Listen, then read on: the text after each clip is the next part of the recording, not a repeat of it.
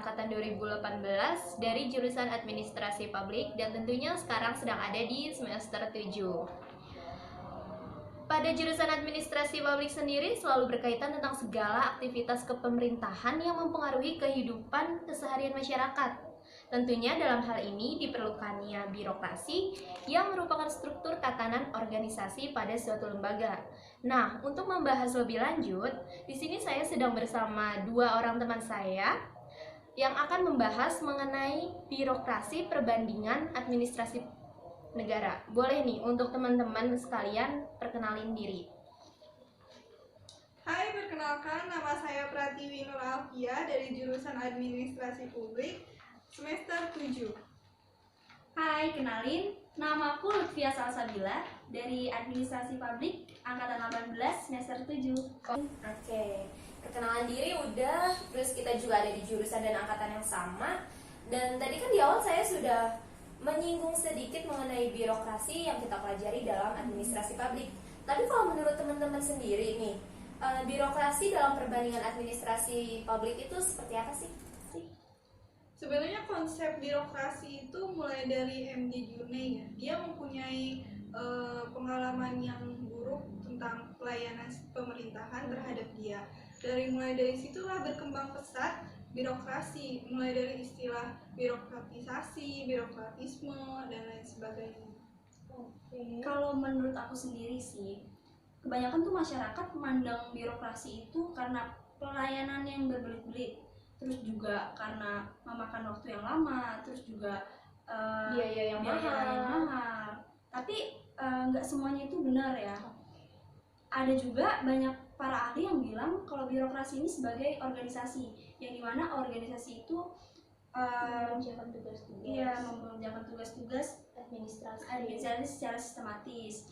Terus juga definisi birokrasi tidak melulu tentang kenegatifan ya berarti. masalah negatif. Oke. Jadi tergantung masyarakat yang kena impactnya. Oke. Dari penjelasan sejarah bahkan sampai beberapa ahli tadi, berarti dapat saya simpulkan bahwa birokrasi itu terdiri dari organisasi, jenis pekerjaan, wewenang, mekanisme, bahkan sistemnya. Lalu ada nggak sih karakteristik birokrasi yang benar menurut pengertian tersebut? Birokrasi ini mempunyai karakteristik yang cukup banyak ya, mulai dari sistematik, peraturan yang harus dipatuhi dalam menjalankan pelayanan terhadap masyarakat, terus kaku, hierarkis, tidak pandang bulu, terus rasional juga, berpikir dalam melayani masyarakat. Oke. Untuk mewujudkan suatu birokrasi yang ideal, di mana hal ini pun menyangkut mengenai kepuasan masyarakat tadi dalam mendapatkan pelayanan publik yang efektif dan efisien. Menurut teman-teman sendiri nih, ada nggak sih ciri atau prinsip birokrasi yang ideal itu seperti apa? Untuk mewujudkan keefektifan tersebut, itu dibutuh kejelasan. Kayak kejelasan ini kayak seperti misi, fungsi, aktivitas, arah, dan kesatuan perintah.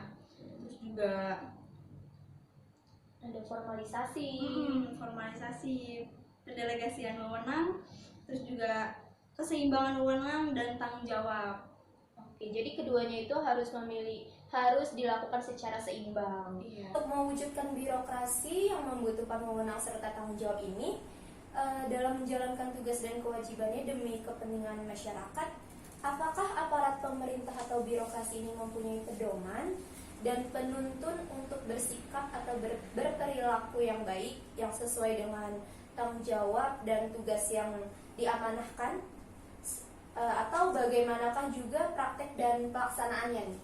Tentunya dalam pelaksanaan birokrasi ada etikanya ya. Etika itu norma-norma atau nilai-nilai pedoman yang harus dipatuhi dalam pelayanan masyarakat, sehingga pelaksanaannya itu dapat sesuai dengan kebutuhan masyarakat gitu. Terus dalam melaksanakan birokrasi juga kita ada prinsip good governance, biar birokrasinya berjalan dengan bersih, dinamis, dan tidak ada kecurangan.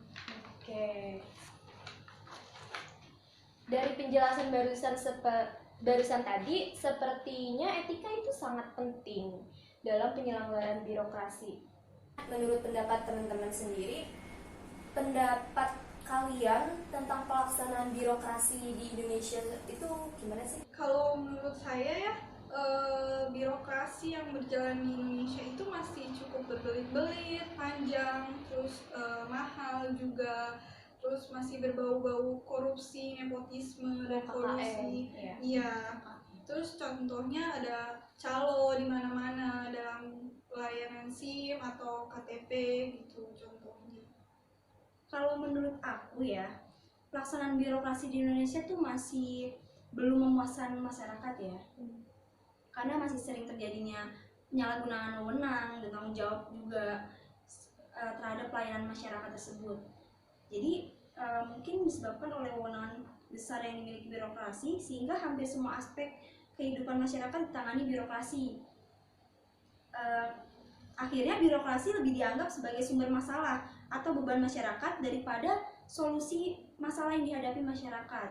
Jadi kesimpulan tadi yang udah kita diskusikan itu dapat saya ambil kesimpulan bahwa birokrasi itu tidak melulu melalui yang berkaitan dengan pengadministrasian yang berbelit, tergantung masyarakat yang mendapatkan impact tersebut, dan juga peran etika para birokrat di sini tuh berpengaruh besar ya dalam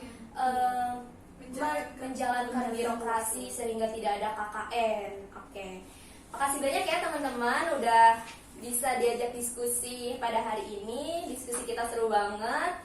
Semoga kita juga masih bisa ketemu di lain kesempatan. Terima kasih. Sama-sama.